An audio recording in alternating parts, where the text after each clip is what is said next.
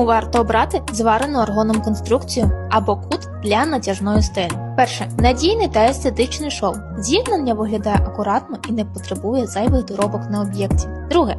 Кут не розходиться і не деформується. При натисканні на конструкцію зварений кут тримає форму краще, ніж звичайне механічне з'єднання. Третє. Можна з'єднати два різні профілі між собою.